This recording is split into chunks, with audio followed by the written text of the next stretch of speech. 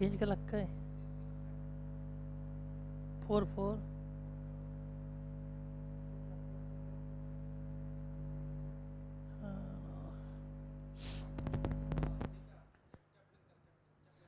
नहीं सर्व सर्व स्मॉल का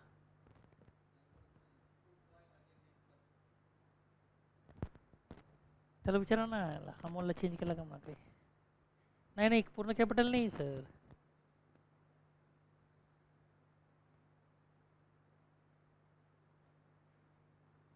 अमोलला विचारायला एक कॅपिटल आहे मला माहिती पण तो कसं काय एकच कॅपिटल आहे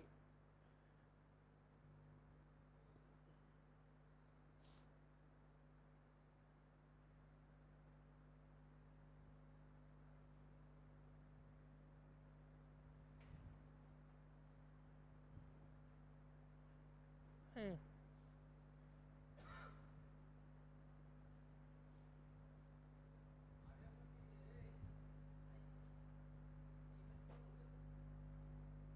पासवर्ड चेंज केलाय का याचा मग कसं काय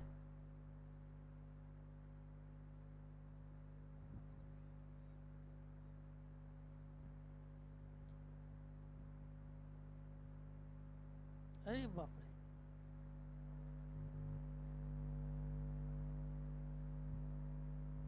पासवर्ड पासवर्ड आहे का ना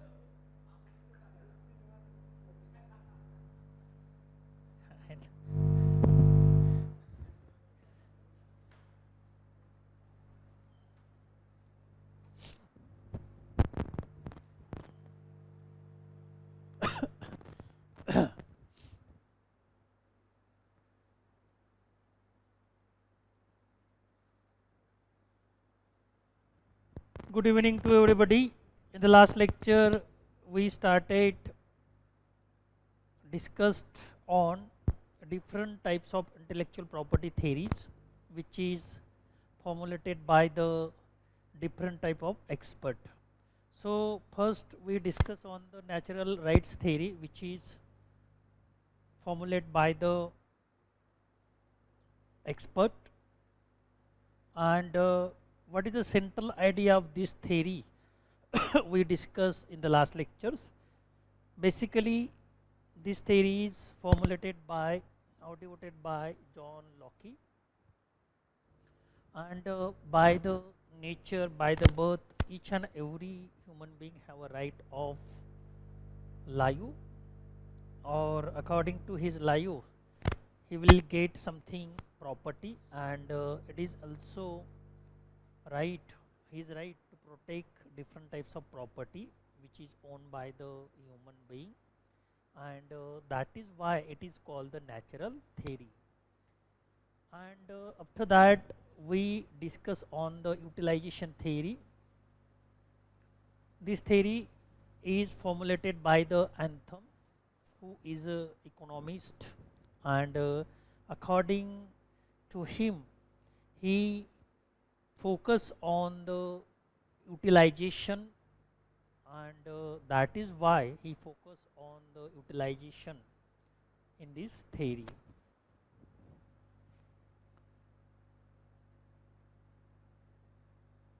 So such a kind of theories have never been successful as we would expect them to be. There is an objection from economists. So in this way Bentham and Mill was propagate this kind of the theory, but some economists refuse this kind of the expectations, and in this way they took the objection on this theory. When intellectual property is given exclusive right according to them, it is a creation of monopoly right. So if we are provide the exclusive right to the owner or creator, then what will happen? The monopoly will be created there. So monopoly is a contradistinguish with perfectly competitive market, and if monopoly is unrestricted, it will be result in market crash. So there is some limitation over the intellectual property right which is given by the government to the human being. If fully authority is given to the human being regarding the intellectual property right, then the monopoly will be created there in the market as well as institution at individual level. तो इस तरह से individual level, institution level और market में monopoly create हो सकती है यदि इंटेलेक्चुअल प्रॉपर्टी पर किसी भी तरह का रेस्ट्रिक्शन हमने नहीं लगाया, अनलिमिटेड राइट्स हमने ह्यूमन बीइंग को दिया या किसी इंडिविजुअल पर्सन इंस्टीट्यूशन को दिया, तो सभी प्रकार के जो ये लोग है या कंपनी है, इंस्टीट्यूशन है, संस्था है, वह मोनोपोली क्रिएट कर सकती है, ऐसा कुछ लोगों का मानना है. If monopoly is unrestricted it will be result in a market crush. Okay, तो मोनोपोली अनरिस्ट्रिक्टेड की तो इसमें मार्केट भी क्रश हो सकता है. तो दोनों साइड से हमें यहाँ पर थिंकिंग करना है और हम किस तरह से थिंकिंग करते हैं it is depend on current situation, how we can face it. हम किस तरह से सिचुएशन को फेस करते हैं, सिचुएशन किस प्रकार की है, उस प्रकार से हमें डिसीजन लेने पड़ते हैं. whenever the law gives an exclusive right to the innovator, the right holder is not unable to control the problem. There are so many ways of resolving a problem. That means there is no intellectual property law which is prohibit other innovators from innovating a solution to the same problem. So those person who are creating something new, that is called the innovators. And if we are provide the exclusive right to the innovator, then what will problem? There are so many ways resolving problem. That means there is no intellectual property law which is prohibits other innovators from innovating solution the same problems. तो इसमें क्या होता है, unlimited rights यदि हमने innovator को दिए तो उसमें मोनोपोली क्रिएट हो सकती है और सभी प्रकार की मोनोपोली समाज के लिए, देश के लिए, इकोनॉमी के लिए घातक है. तो इसको हमें अवॉइड करना है, इससे हमें अवॉइड करना है. तो इस तरह से utilisation theory focus on the utilisation and it is depend on the point of view of users of product or service.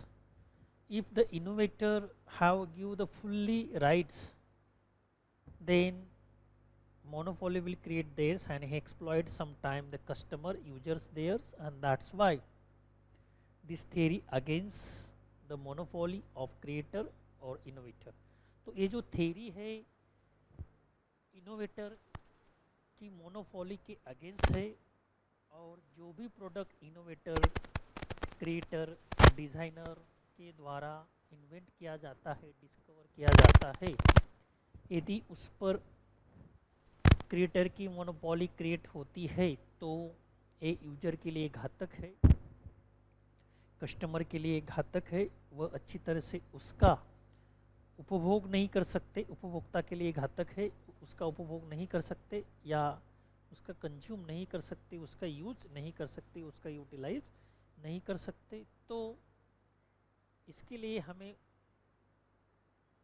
Intellectual property rights पर लिमिटेशन लाना आवश्यक है. ओके, तो लिमिटेशन लाने से क्या हो सकता है, इसमें थोड़ा प्रॉब्लम सॉल्व हो सकता है और जो उपभोक्ता है, कस्टमर है, कंज्यूमर है, यूजर है, वह अच्छी तरह से प्रोडक्ट या सर्विस का उपभोग कर सकता है अपनी और उससे अपना सेटिस्फैक्शन प्राप्त कर सकता है. तो इसी तरह से utilisation theory focus on the utilisations of customer. Okay, now the ethics and reward theory.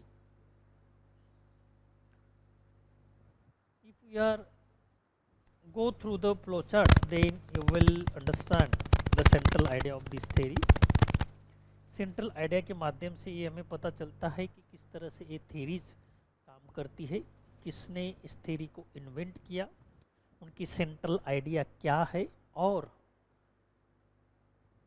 उसका एक्चुअल उपयोग हमें क्या हो सकता है, यूज हमें क्या हो सकता है।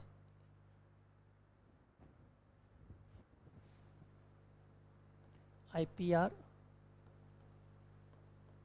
theories.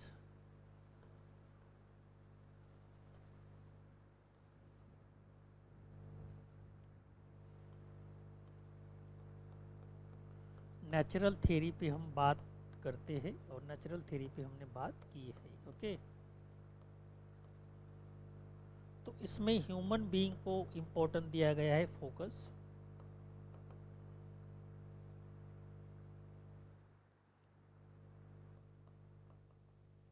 राइट ऑफ लाईव्ह, जी जगण्याचा अधिकार ज्याला म्हणतो आपण, बाय नेचर और by birth. Okay, so naturally or by birth human being will get some property and it is need to protect it। और जो प्रॉपर्टी ह्यूमन बीइंग को प्राप्त होती है उसका प्रोटेक्शन करना भी एक समाज की जिम्मेदारी है, देश और राज्य की जिम्मेदारी होती है। यदि उसका हनन होता है, उन अधिकारों पर कोई फोर्स करता है, कोई उसे छीन लेना चाहता है ह्यूमन बीइंग से, तो ये सरासरी गलत है। आज एक व्यक्ति के साथ ऐसा हो रहा है तो कल दूसरे व्यक्ति के साथ ऐसा हो सकता है, तो लोगों में एक प्रकार से अस्थिरता निर्माण समाज में इसके कारण हो सकती है। तो नेचुरल थ्योरी क्या फोकस करती है, तो ह्यूमन बीइंग को जो नेचुरल राइट्स मिले हैं बाय बर्थ या बाय नेचर, तो लाइव जीने का, और जीवन प्राप्त होने के बाद जो जीवन है ह्यूमन बीइंग को नेचुरली प्राप्त हुआ है, और जीवन तो बहुमूल्य होता है, वही उसकी प्रॉपर्टी होती है, लेकिन जीवन में आकर वह अलग अलग प्रकार की प्रॉपर्टी डिजर्व करता है और फिर उस प्रॉपर्टी का भी संरक्षण करना यह समाज, देश, राज्य का काम होता है। ओके, तो ये थ्योरी नेचुरली ह्यूमन बीइंग पर फोकस करती है। तो यूटिलाइजेशन थ्योरी,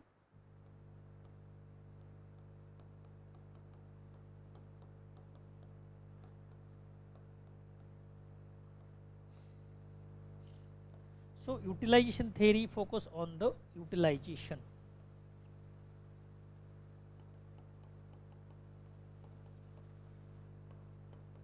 of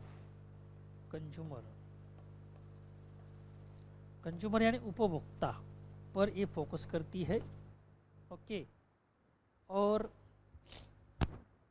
क्रिएटर इसमें दो प्रकार के हैं, इनोवेटर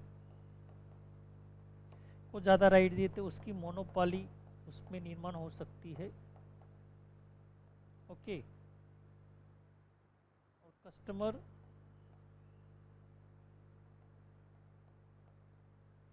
कंज्यूमर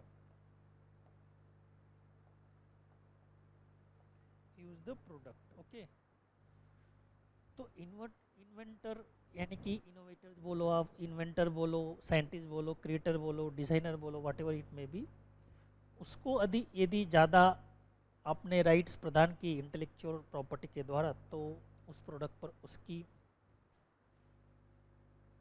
मोनोपोली क्रिएट होती है। तो उसमें कुछ ऐसे हमें बदलाव लाना चाहिए कि ज़्यादा अनलिमिटेड राइट्स कस्टमर मोनोपोली को क्रिएट करने ना दे, इनोवेटर को ना मिले, ताकि कंज्यूमर अच्छी तरह से उसका यूटिलाइजेशन या यूज कर सके। तो इनोवेटर क्या कर सकता है, यहाँ पर मोनोपोली क्रिएट करते कंज्यूमर का एक्सप्लॉयटेशन कर सकता है। सपोज एक क्रिएटर ने कुछ प्रोडक्ट बनाया और उस प्रोडक्ट को ज़्यादा राइट्स मिलने से उसकी सब खर्चा उसका 5000 है, लेकिन इनोवेटर, क्रिएटर, डिज़ाइनर, ओके, ये मोनोपोली क्रिएट करके वह चीज़, वह प्रोडक्ट 10,000, 15,000, 20,000 तक बिक सकता है मार्केट में, और इसका फटका कस्टमर को या कंज्यूमर को बैठ सकता है। ओके, तो इस तरह से यूटिलाइजेशन थ्योरी यूटिलाइजेशन पर भर देती है। और यूटिलाइजेशन कौन करता है प्रोडक्ट या सर्विस का?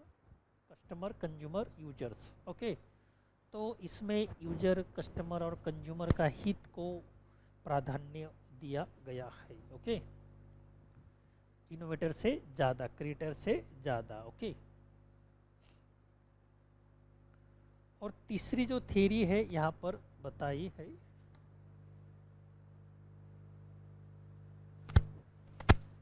Ethics and reward theory.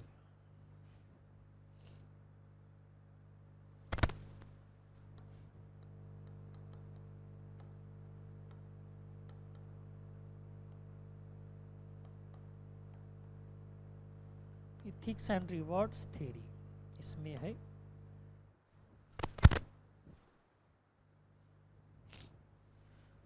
the reward theory advocate rewarding individual not only for their own labors but also for the societal benefit of their efforts. So reward theory indicate or focus on the labor, those who try to do something extra or effort to do something new, but also for the societal benefit for their effort. Okay, this theory justify the exclusive right of intellectual property right with some moral and ethical aspect. In this theory, rights has exclusive rights have been given to the creator with moral and ethical aspect. Okay, with moral thinking is most important here. Ethically or morally, if we are give the support to the creator and we will provide the rights to the innovator, then what will happen? The monopoly will not be create there. Okay, ये जो theory है ये utilisation theory को थोड़ा support करती है और मिलती जुलती है, ऐसा हम यहाँ पर कह सकते हैं, क्योंकि यूटिलाइजेशन थ्योरी में कंज्यूमर, कस्टमर, यूजर को फोकस किया गया है। यदि मोनोपोली क्रिएट नहीं हुई तो कंज्यूमर उसका अच्छी तरह से उपयोग कर सकता है। ओके, और मोनोपोली क्रिएट हुई तो कंज्यूमर उसका अच्छी तरह से उपयोग नहीं कर सकता। तो इस तरह से यहाँ पर दो बातें अपोजिट है और यूटिलाइजेशन थ्योरी में कंज्यूमर को इम्पोर्टेंट दिया गया है। और फिर एथिक्स और रिवार्ड थ्योरी में क्या होता है? क्रिएटर कुछ क्रिएट करता है तो हम प्रोडक्ट या सर्विस को क्रिएटर से खरीदते हैं, उसका लाभ लेते हैं, लेकिन यहाँ पर क्रिएटर यदि follow the rules of ethically and morally, तो इतना जितना उसको खर्च लगेगा उससे थोड़ा बहुत गुना वह उससे बेनिफिट, एडवांटेज, मुनाफा कमा सकता है। लेकिन एक्स्ट्रा मुनाफा कमाने की कोशिश करेगा तो इसमें यूजर का एक्सप्लॉयटेशन होता है।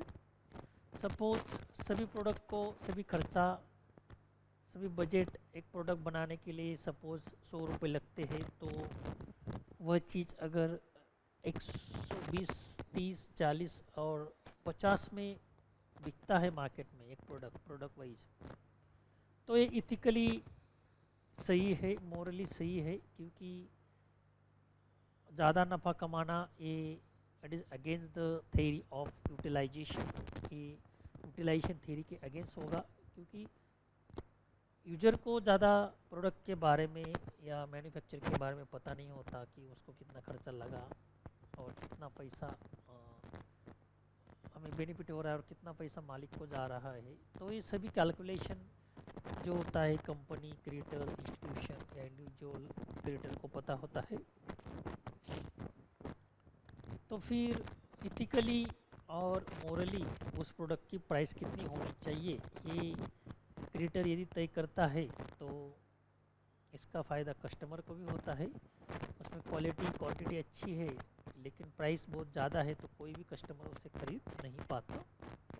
जैसे कि बहुत सारे लोगों के पास बहुत सारे फ़ोन है, वह अलग अलग कंपनी के, सैमसंग, रेडमी, एमआई, ओप्पो है, तो इनकी प्राइस कम है थोड़ा और क्वालिटी अच्छी है, क्वांटिटी यानी कि जो फीचर्स है वो भी अच्छे हैं। लेकिन एप्पल के फ़ोन लोगों के पास बहुत कम है। क्योंकि एप्पल ने थोड़ी मोनोपोली क्रिएट करने का प्रयास किया है और एप्पल की जो चीज़ें हैं वो महंगी है और प्रोडक्ट जो महंगे हैं, मोबाइल, कंप्यूटर, लैपटॉप वगैरह, तो इससे खरीदना हर एक की बस की बात नहीं होती। जिसका आय इनकम अच्छा होता है, उत्पन्न अच्छा होता है, उत्पादन क्षमता या उत्पन्न क्षमता ज़्यादा होती है, तो वही लोग इसे खरीद पाते हैं। तो इस तरह से यहाँ पर हम कह सकते हैं कि जितनी प्राइस आपको मैन्युफैक्चरिंग के लिए लगती है या खर्चा लगता है, उससे थोड़ा बहुत आप बेनिफिट या मुनाफा कमा सकते हो। यदि मुनाफा ज़्यादा खर्च से 3 पट यदि मुनाफा आप कमाते हो तो प्रोडक्ट की प्राइस हेवी हो जाती है। तो प्रोडक्ट के ईच प्रोडक्ट के जो खर्चा होता है उसके 50% आप कमाते हो तो ठीक है, इनफ है। डबल भी कमाते हैं तो इनफ है, लेकिन कोई 4 पट 5 पट कमाता है तो it is against the morality, ये मोरालिटी के अगेंस्ट होता है।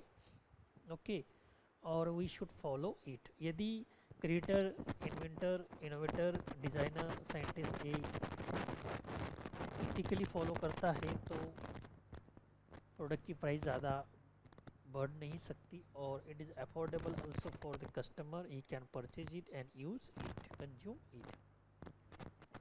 कस्टमर भी इसका यूज कर सकता है। It is affordable for him if the price is appropriate there according to the expenditure and manufacturing expenditures on the product. Okay,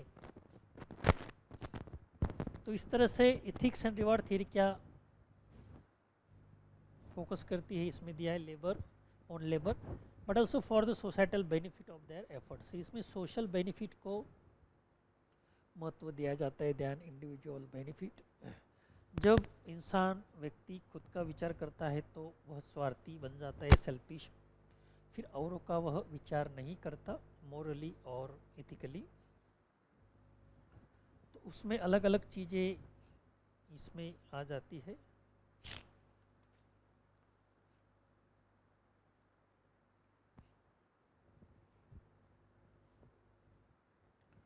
और this theory justifies the exclusive right of intellectual property with some moral and ethical aspect. Okay,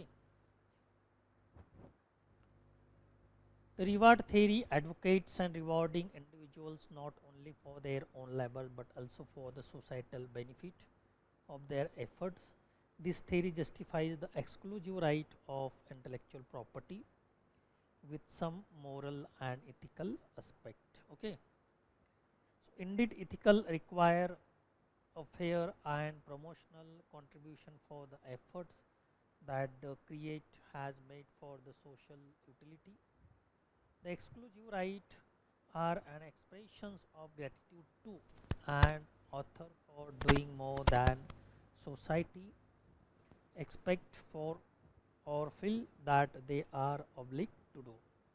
However, since rewards are given to people who did something disagreeable and grievous for the benefit of the whole society, we could question whether creator and inventor truly deserve it.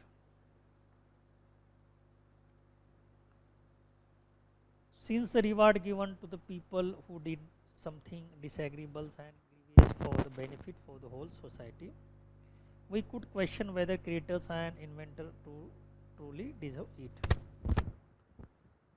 Suppose if someone create the product or service and the purpose of is to serve the society, then he will able to do all positive things according to that. यदि creator का purpose ही positive है according to morality and ethically, then what is the main purpose for this? उसका purpose क्या होगा?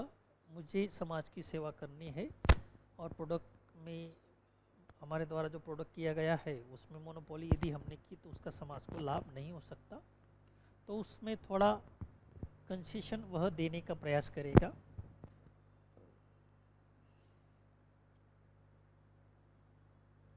Some consider that inventor is already remunerated, considering that if invention is really in advance, the time between the appreciation of his invention and the first copies will give him enough profit to reward him. तो इस तरह से जो invention है और inventor है उनका यदि हम सही मायने में रिवार्ड करते हैं, ओके, तो इसमें मॉरलिटी क्रिएट हो सकती है और उसका फ़ायदा सोसाइटी को हो सकता है।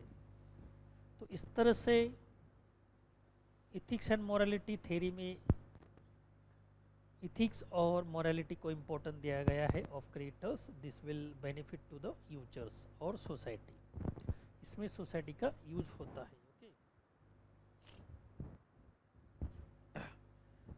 यदि कोई भी ओनर होता है, वह कुछ समथिंग क्रिएट करता है, सर्विस प्रोवाइड करता है और वह प्रोडक्ट या service related to the society और वह सोसाइटी के हिसाब से सभी चीज़ें करता है, तो उसमें वह सोसाइटी का हित देखकर काम करता है और उसका मोटो ही ऐसा होता है, ऑब्जेक्टिव ऐसा होता है कि किस तरह से हम सोसाइटी को ध्यान में रखकर काम कर सकते हैं। Okay,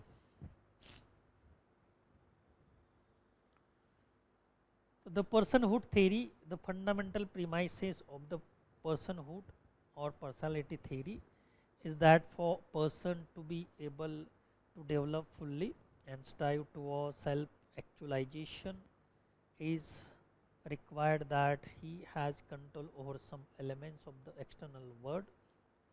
Property rights in the light are form of the necessary assurance of control. तो फंडामेंटल प्रीमाइसेस पर्सनहुड जिसे हम बोलते हैं personality theory is that person to able to develop fully. तो पर्सनहुड थ्योरी, पर्सनालिटी थ्योरी में person को importance दिया जाता है और उसको खुद का डेवलपमेंट करने का अधिकार होता है पर्सनहुड थ्योरी में। ओके,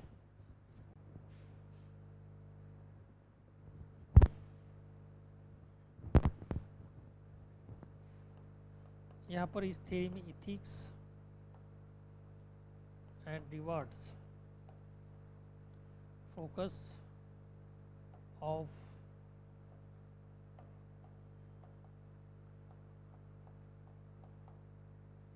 इनोवेटर्स और सोसाइटी। ओके, इसमें क्या बनता है, फिर संबंध बनता है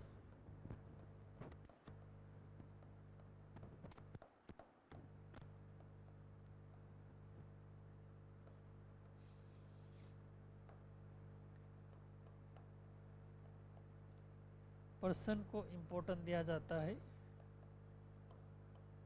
और उसके डेवलपमेंट किस तरह से हम कर सकते हैं इस पर फोकस किया जाता है। ओके, तो सभी प्रकार की थियरी उसमें कौन सी चीज़ इम्पोर्टेंट है, कौन सी चीज़ पर फोकस किया गया है, ओके, उसका यूज क्या है, ओके, इम्पोर्टेंट एलिमेंट्स कौन से, इस पर हमें फोकस करना है। So you can draw this flow chart.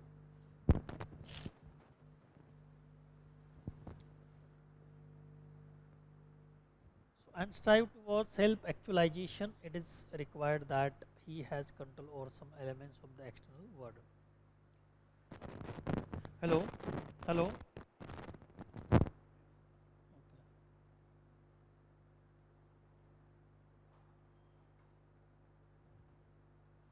Hello.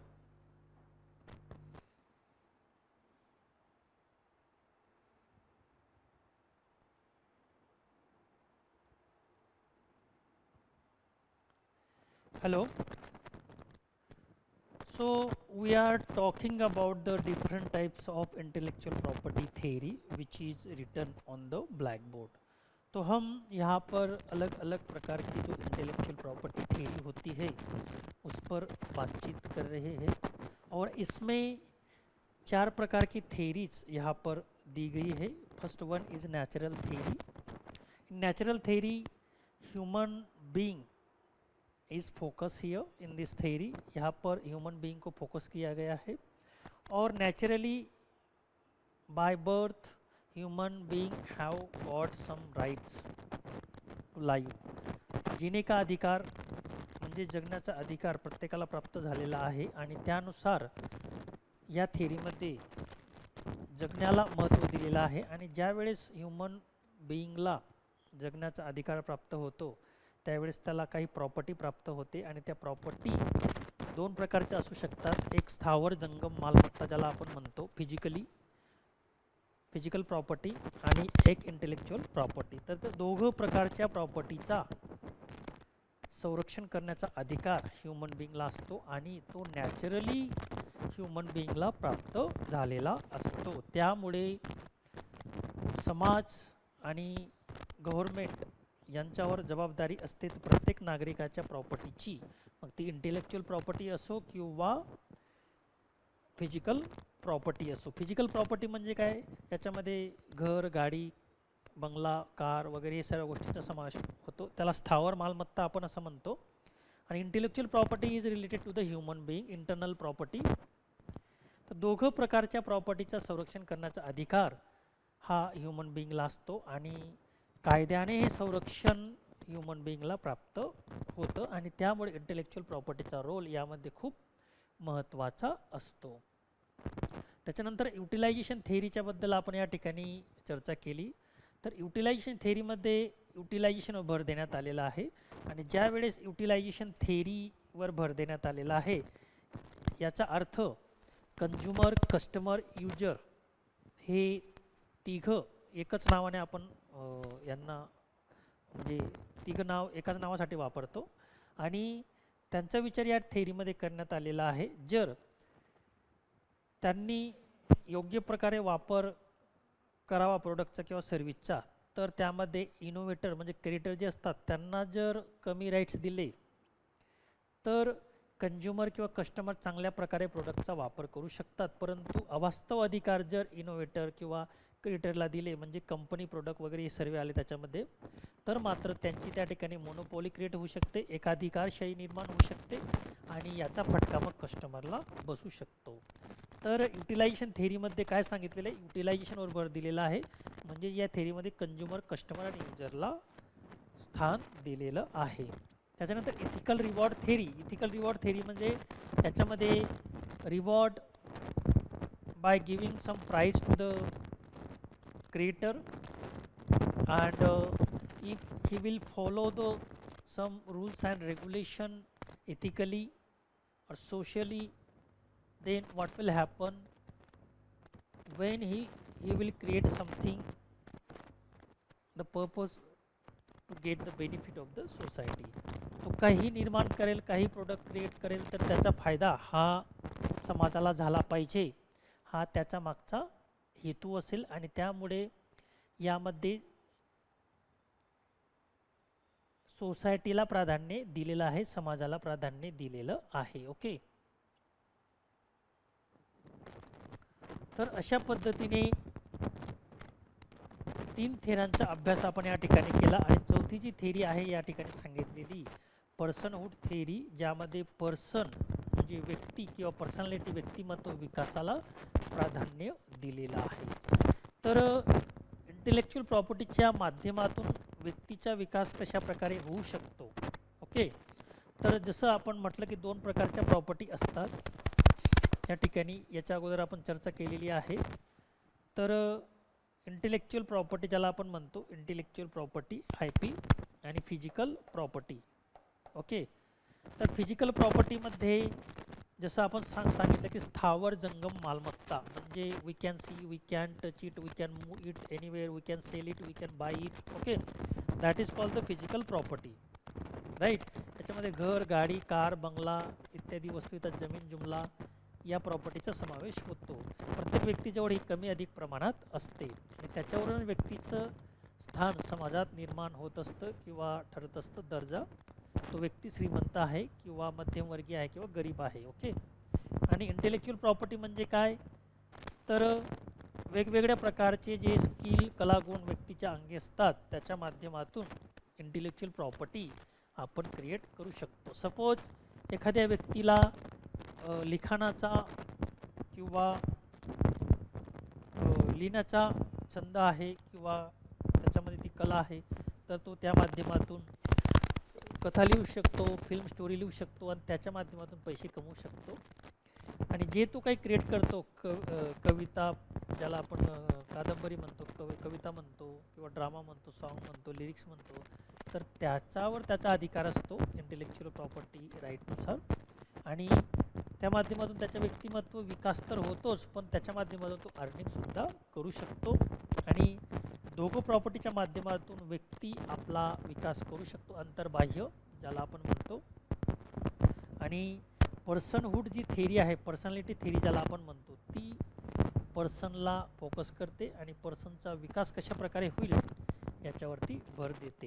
And this theory is formulated by the Kant and Hegel. Okay, Hegel, who is the main source of this theory and claim intellectual right permit protect developing of the personality. So what is his intention? To develop the personality of human being. This is the main purpose behind this theory. तर या थेरीच्या मागे काय purpose आहे हेजेलचा, तर व्यक्ती आपला व्यक्तिमत्व विकास कशा प्रकारे करू शकतो, which is extend to the material things. In the same way, copier is considered as a thief who offer to the public someone else's spirit. Okay. So, however, such justification is deficient in the sense that personality is neither linked nor affected by the outcome of creation because it is not constituted by itself of the human person. Okay, but here some people express their views regarding this theory that there is no relation between personality and the creation.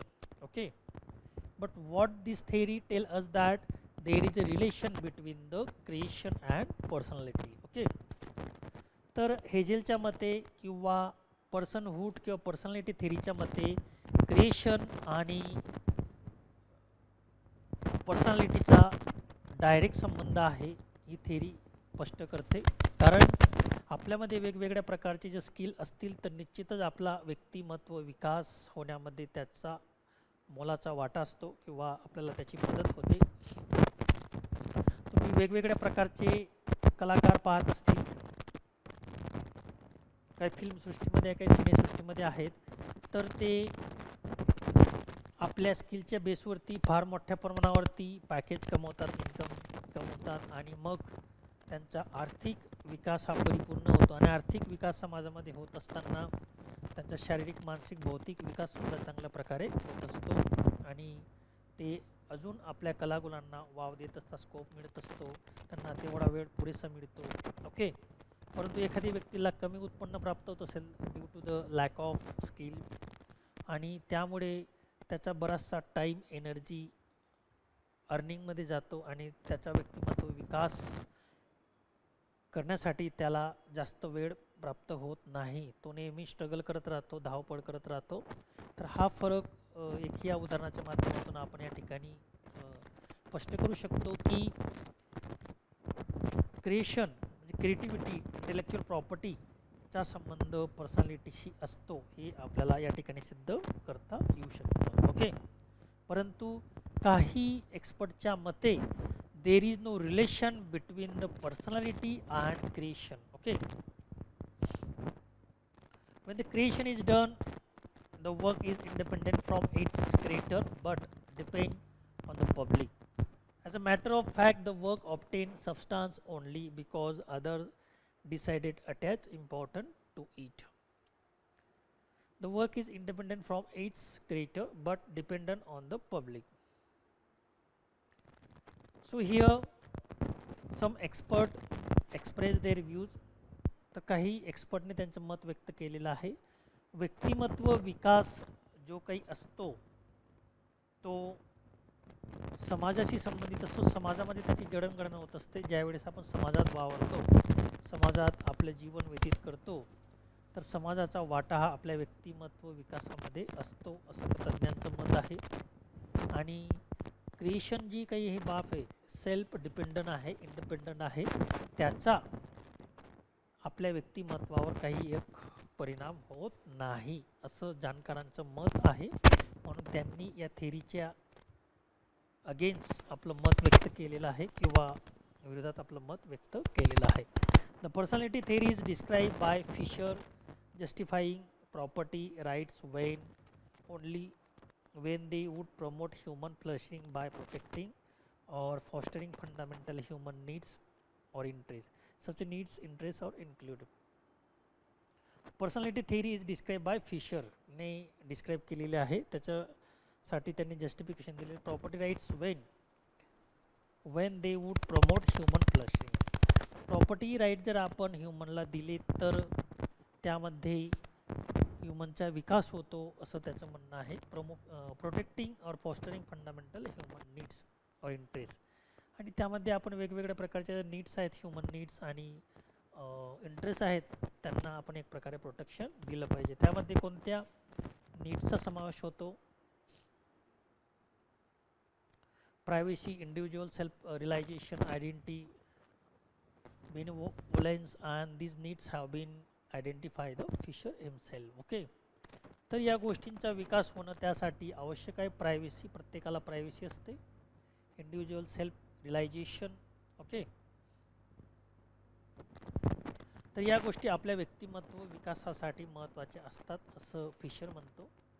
In all of this theories natures and characteristic of economic efficiency and social justice are greatly apart when the issue is attribute of rights. तर overall ह्या ज्या काही theories या ठिकाणी मांडलेल्या आहेत तर त्याच्यामध्ये इकॉनॉमिक पार्ट जो आहे आणि सोशल जो पार्ट आहे यांचा खूप इम्पॅक्ट या थेरीवर पडलेला दिसतो. कारण की आपण चौघं थेरीच्या बाबतीत ज्यावेळेस चर्चा केली त्यावेळेस आपल्याला या दोघं घटकांविषयी चर्चा केलेली पाहायला मिळाली. इकॉनॉमिक आणि सोशल आस्पेक्ट. ओके. या दोन घटकांचा परिणाम या थेरीवर झालेला आहे किंवा या थेरी ज्यांनी मांडलेल्या आहेत त्यांच्यावर झालेला आहे. म्हणून त्या गोष्टींना त्यांनी त्या ठिकाणी प्राधान्य दिलेलं आहे. तर युटिलायझेशन थेरीमध्ये इकॉनॉमिक या शब्दाला महत्त्व दिलेलं आहे. पर्सनहूड थेरीमध्ये, युटिलायझेशन थेरीमध्ये सोशलला महत्त्व दिलेलं आहे. तर या दोन आस्पेक्टचं रिफ्लेक्शन या थेरीमध्ये आपल्याला पाहायला मिळतं. As the name indicate, economic efficiency implies an allocation right which complies with the basic economic principle, namely the maximization of welfare. And when we talking about the society, at that time we always think of social welfare. और जब भी हम society के बारे में बात करते हैं तो वहाँ पर सोसाइटी वेलफेयर को प्राधान्य दिया जाता है. ओके. किस तरह से हम सोसाइटी को बेनिफिट दे सकते हैं इस पर जोर दिया जाता है और यही मोटो या पर्पज उसके पीछे होता है. राइट. ऐसा कहा जाता है कि आप किसी भी फील्ड में काम करते हो और यदि आप के द्वारा लोक कल्याण और जन कल्याण और समाज कल्याण नहीं होता है तो आप उस क्षेत्र में कितने ही बड़े पद पर चले जाते हो, लेकिन उसका यदि सोसाइटी को कुछ फ़ायदा नहीं होता तो आप उस फील्ड में सक्सेस हुए हैं ऐसा हम नहीं कह सकते. According to the socialist. Okay. समाजवादी जो विचारवंत होते उनके अनुसार ये मत यहाँ पर हम व्यक्त कर सकते हैं. तो आप किसी भी फील्ड में काम करते हो तो आपके द्वारा लोगों का कल्याण, सोसाइटी का कल्याण वहाँ पर होना चाहिए, तभी आप खुद का और समाज का विकास कर सकते हो. पैसा कमाना तो हर एक का उद्देश्य होता है, पर्पस होता है, लेकिन इससे हमें क्या प्राप्त होता है we are just earning the money and we feel fulfill our primary and secondary need, but except that what we can do, लेकिन इसके अलावा हम और क्या करते हैं ये भी इम्पोर्टेंट है। इसके अलावा हम मोरली, इथिकली और सोशली किस प्रकार की चीज़ें करते हैं ये बहुत इम्पोर्टेंट होता है। तो इस तरह से we discuss on the 4 types of theories. 4 प्रकार की जो थेरीज है इस पर हमने आज चर्चा की। You can draw this flow charts, then you will understand what is the central idea of each and every theory. हर एक थेरी का सेंट्रल आइडिया क्या है इससे आपको पता चल जाएगा। There is no need to read whole paragraphs, okay. If you draw these flow chart, then you will understand what kind of the elements are there, कौन से प्रकार के elements इसमें आते हैं, ओके। किसने थ्योरी फॉर्मुलेट की है, उसमें सेंट्रल आइडिया क्या है, उसका पर्पज क्या है, सभी बातें यहाँ पर चर्चा हमने की है, okay. You can draw it, I will give some time.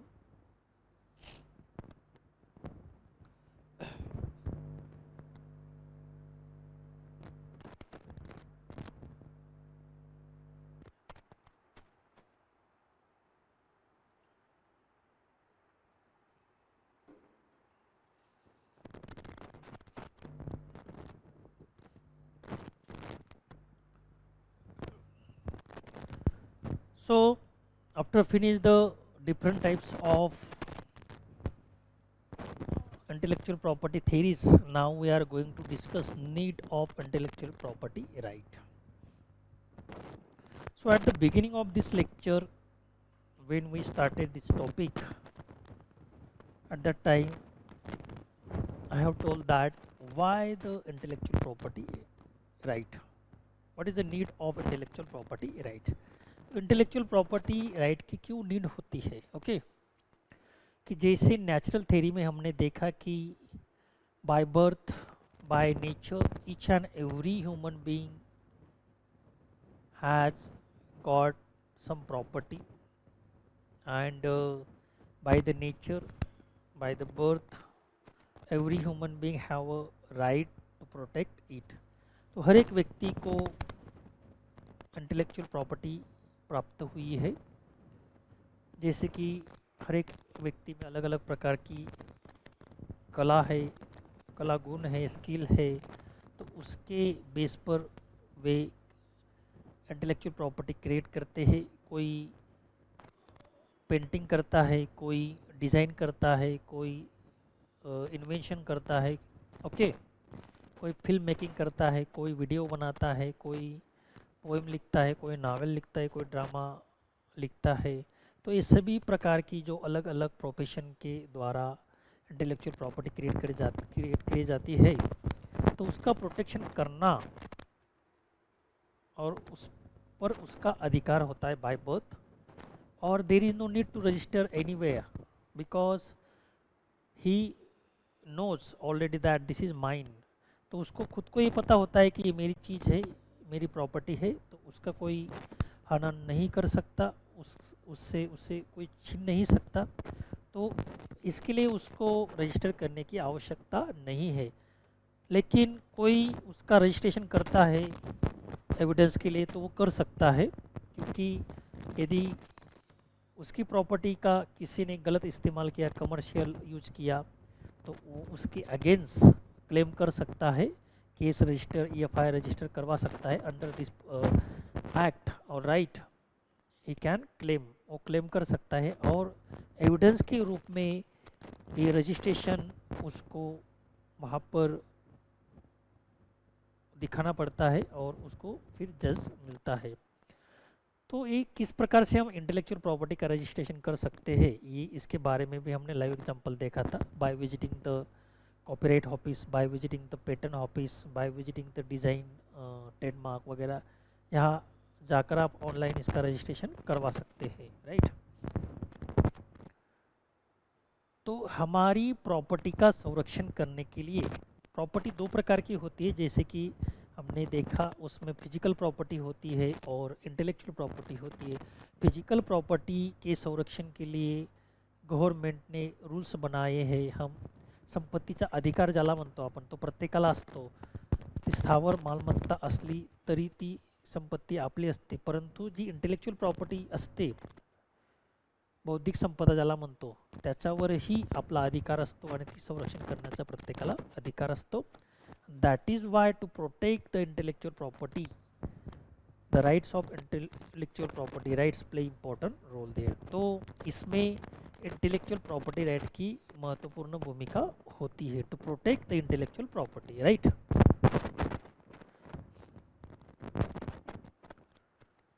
So intellectual property right have become important in the face of changing trade and environment such as global competition, high innovation risk, short product cycle, need for rapid change in technology, high investment in research development, and highly skilled human resource, etc. So there a lot of changes has been take place in modern age. So modern technology rapidly is changing, and that's why it is need the intellectual property right there. The role of intellectual property play important role in this modern age. तो इस modern age में intellectual property का बड़ा महत्व है. जैसे कि हम इंटरनेट का आज यूज कर रहे हैं, लेकिन हर एक क्षण को इतनी इंफॉर्मेशन जनरेट हो रही है, हमें भी पता नहीं कि हमने क्या जनरेट किया, क्या क्रिएट किया, ये हमें भी पता नहीं होता. कभी कभी ऐसा होता है, यदि आपको लिखने की हैबिट है तो आप हर दिन कुछ लिखते रहते हो, लेकिन 10 दिन के बाद आपने क्या लिखा ये आपको आज याद नहीं रहता, कल आपने क्या लिखा ये आपको याद नहीं रहता. और आप सभी प्रकार के जो इन्फॉर्मेशन है, क्रिएटिविटी है, आप आज ऑनलाइन पर रखते हो, तो इसमें क्या होता है, पायरेसी के चांसेस यहाँ पर बढ़ जाते हैं. हर एक आपका क्रिएटिविटी देखता है और उसको चुराने की कोशिश भी करता है. तो इसमें क्या होता है, explosion of information, it is very difficult to protect our creativity. तो इन्फॉर्मेशन के स्पोर्ट होने की वजह से हर एक क्षण को इतनी इन्फॉर्मेशन जनरेट हो रही है from the different type of sources, तो it is very difficult to manage it. इसको मैनेज करना बहुत ही कठिन हो गया है. और कौन किसकी इन्फॉर्मेशन चुरा सकता है, कौन किसका गलत इस्तेमाल कर सकता है इस मॉडर्न एज में क्रिएटिविटी का, इसका हमें पता नहीं चलता कभी कभार. तो क्या होता है फिर, यदि हमने उसका रजिस्ट्रेशन किया है और हमें पता चला कि सामने वाले ने हमारा क्रिएटिविटी का गलत इस्तेमाल किया है, तो हम उसके अगेंस्ट क्लेम कर सकते हैं. ओके, तो इसीलिए इंटेलेक्चुअल प्रॉपर्टी की हमें ज़रूरत होती है. So here we will take short break and after that we will start again. Thank you.